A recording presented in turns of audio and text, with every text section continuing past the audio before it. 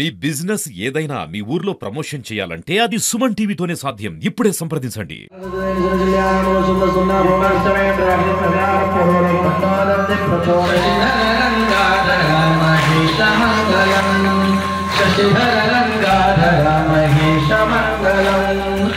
దేవుడికి ముడుపు కడితే 100% కోరికలు తీరుతాయనే గ్యారంటీ మీకుందా? సందేహమే లేదు. సమాధానం చెప్పే ధైర్యం మీలో ఎవ్వరికీ లేదని తెలుసు. కానీ తెలంగాణలోని నిర్మల్ జిల్లా తానూరు మండలం బోసి గ్రామంలో వెలిసిన కర్ర వినాయకుడికి మొక్కితే 100% కోరికలు నెరవేరుతాయంటున్నారు ఇక్కడి గ్రామస్తులు. ఇది తెలిసిన మేము బోసి గ్రామానికి వెళితే ఎన్నో ఆశ్చర్యాలను కల్లారా చూశాం.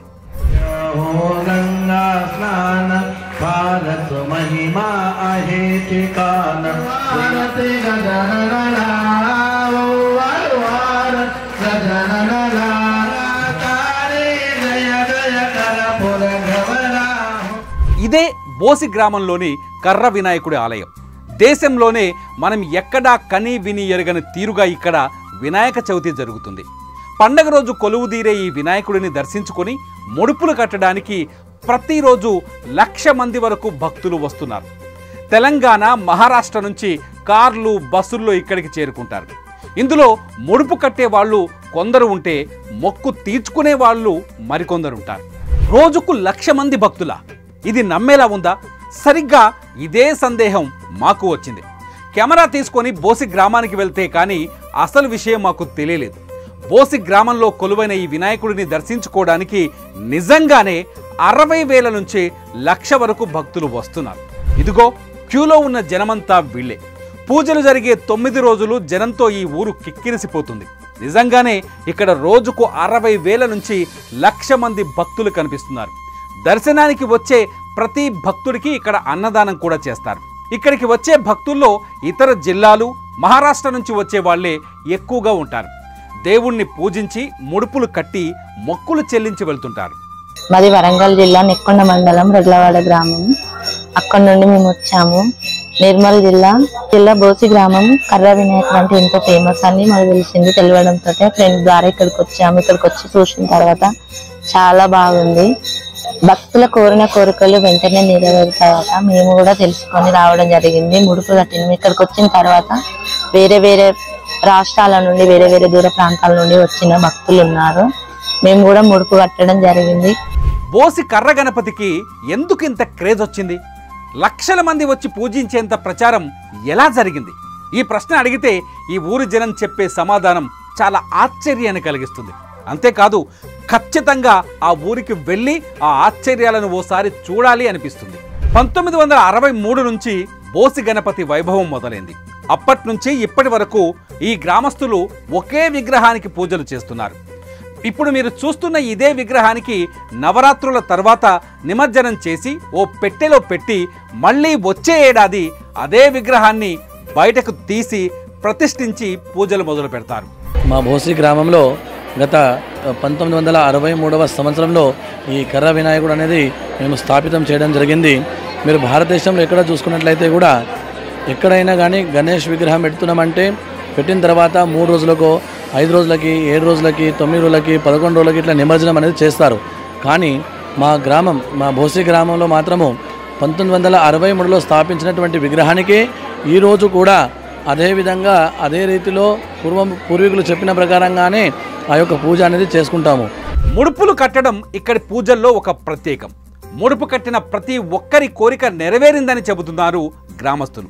తమ బోసి గ్రామమే ఒక పెద్ద ఎగ్జాంపుల్ అంటారు. ఎందుకంటే ఈ గ్రామంలో ప్రతి ఇంటికి ఒక ప్రభుత్వ ఉద్యోగి ఉన్నారు. వాళ్ళంతా కర్ర వినాయకుడికి ముడుపు కట్టిన వాళ్లే అని చెబుతారు ఇక్కడి ప్రజలు.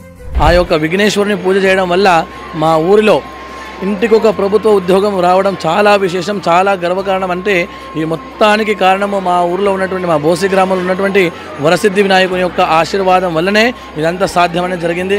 మా ఊర్లోనే కాకుండా చుట్టుపక్కల ప్రాంతాల వాళ్ళు, మళ్ళీ మా పక్కన జిల్లా నిజామాబాద్ జిల్లా, మా పక్కన నాందేడ్ మహారాష్ట్ర, హిమాయత్ నగర్, ఈ ఆదిలాబాద్ సైడ్ నుంచి వచ్చేటువంటి వాళ్ళందరూ కూడా వేలాది మంది సంఖ్యలో ఈ యొక్క విఘ్నేశ్వరునికి వచ్చి ఈ నవరాత్రులలో మాత్రమే 11 రోజులు మాత్రమే దర్శనం అనేది చేసుకుంటారు. ఇంకో ఆశ్చర్యం ఏంటో చెప్పనా? బోసి గణపయ్యకు మొక్కితే సంతానం గ్యారంటీ అంటున్నారు ఇక్కడి గ్రామస్తులు. 2023లో 128 మందికి ఇక్కడ సంతాన ఫలం ఇచ్చారు. ఇప్పటికే 78 మందికి పైగా వచ్చి దేవుడికి మొక్కులు తీర్చుకున్నారు. వీళ్ళంతా సంతాన భాగ్యం పొందిన వారే అంటున్నారు ఇక్కడి పూజారులు. ఈ 9 రోజుల్లోనే ఒక రోజు సంతానం లేని వాళ్ళకి మేము తప్పకుండా ఇక్కడ గణేశుని దగ్గర పెట్టినటువంటి పండ్లు వాళ్ళ యొక్క ఒడిలో అనేది ఇవ్వడం జరుగుతుంది. ఇక మీరు చూసుకున్నట్లయితే పోయిన సంవత్సరము 128 మందికి మేము సంతాన ఫలాలు ఇచ్చినాం. అంటే వాళ్ళ పేరు రాసిచ్చినందుకు కూడా ఇచ్చినామన్నట్టు. ఇస్తే ఇప్పుడు ఇక ఇవాళకి 4వ రోజు అయితే, ఇవాళ 4వ రోజు అయితే ఇప్పటి వరకు 78 మంది యొక్క వాళ్ళు వచ్చి వాళ్ళ యొక్క ముడుపులు కోరికలు మా తీరినాయి, మాకు సంతానం కాని వాళ్ళకు కూడా సంతానం జరిగిందని చెప్పేసి ముడుపులు తీరుకోవడం అనేది జరిగింది. ఈ విగ్రహం చరిత్ర ఏంటి అని మేము ఎంక్వైరీ చేస్తే ఓ విచిత్రమైన సమాధానం దొరికింది. 1963లో నిర్మల్లో కొయ్య బొమ్మలు తయారు చేసే నకాశీ కళాకారుడు గుండాజీ వర్మ ఈ విగ్రహాన్ని చెక్కి ఇక్కడ ప్రతిష్ఠించాడు. అయితే నిమజ్జనం లోపే దేవుడు కలలోకి వచ్చి తనను నీళ్ళలో వెయ్యొద్దని, పెట్టెలో భద్రపరిచి మళ్ళీ వచ్చే ఏడాది పూజలు చేయాలని సూచించినట్టు చెబుతారు. అప్పటి నుంచే ఈ విగ్రహానికి ప్రతిష్ట, పాపులారిటీ పెరిగిపోయింది. ఇక్కడ కర్ర గణపతి బోషిలో చాలా బాగా ఉంది. ప్రతి సంవత్సరం వస్తున్నాం మేము. చాలా బాగా అనిపిస్తున్నది మాకు. మేడం, మీరు కోరిన కోరికలు తీరుతా ఉన్నాయా మేడం? అవును, తీరుతున్నాయి. అందరు కూడా దర్శనం చేసుకోవచ్చు. చాలా బాగుంది. మండల్ తాను గ్రామం బోసి గ్రామంలో చాలా రోజులుగా వరసిద్ధి వినాయకుడికి దర్శించుకుంటున్నాము. ఇక్కడ ప్రతి ఇయర్ మేము ఇక్కడికి వస్తుంటాము. మేము అనుకున్న కోరికలను నెరవేరాయి. మా వంతుగా మేము ముడుపును చెల్లించడం జరిగింది. ఎప్పటిలాగే ఈసారి కూడా బోసి గణనాథుడి ఉత్సవాలు వైభవంగా జరుగుతున్నాయి. ఈసారి కూడా రోజుకు 60,000 నుంచి 1,00,000 వరకు భక్తులు వస్తూనే ఉన్నారు. వారికి భోజనం పెట్టడానికే నిత్యం 10 క్వింటాళ్ల బియ్యం వండుతున్నారంటే ఈ వినాయకుడికి ఎంత పాపులారిటీ వచ్చిందో అర్థం చేసుకోవచ్చు. మరి మీ మొక్కు తీర్చుకునేది ఎప్పుడు? కామెంట్ చేయండి. చూస్తూనే ఉండండి సుమన్ టీవీ. అంటే భక్తుల నమ్మకాలు వచ్చేసి ఇప్పుడు తండోపతండాలుగా వస్తున్నారు. సంతానం లేని వాళ్ళకు సంతానం కలుగుతుందనే నమ్మకంతో వాళ్ళు సంతానం కలిగిన తర్వాత దేవుడికి కట్టాల్సిన ముడుపులు కట్టేస్తున్నారు. ఇక్కడ చుట్టుపక్కల గ్రామాల వాళ్ళు కూడా పాదయాత్రతో మేము నిన్న వస్తున్న క్రమంలో దారిలో చాలా మంది మహిళలు పాదయాత్రలో వస్తున్నారు. దగ్గర మేము వెహికల్ ఆపి ఏటమ్మా మీరు వెళ్తున్నారు, ఎక్కడికి వెళ్తున్నారు అని అడిగితే వాళ్ళు ఏమని చెప్తున్నారంటే మేము బోసి గ్రామానికి వెళ్తున్నాము, అక్కడ కర్ర వినాయకుడు పాదయాత్ర చేస్తున్నాము అని చెప్పేసి గుంపులుగా తండాలుగా చాలా సంతోషకరంగా చాలా యాక్టివ్గా వాళ్ళు ఈ దేవుని కార్యక్రమంలో పాల్గొంటున్నారండి. మరి ఎటువంటి వేరే గణపతులు కూడా మా విలేజ్లో ఉండవు. కేవలం ఒకే ఒక్క వినాయకుడిని మేము కూర్చోబెట్టుకుంటాము. ఈ రోజులలో చూస్తే ప్రతి వాడవాడకు గల్లీలకు గణేష్లు కూర్చోబెట్టుకుంటున్నారు. కానీ మా గ్రామము ఐక్యత ఒకే ఒక్క వినాయకుడిని అయితే మేము కూర్చోబెట్టుకోవడం జరుగుతుంది.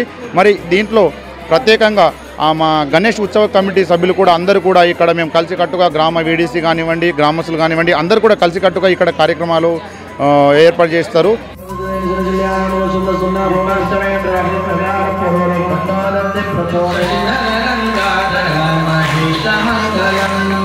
Shashiha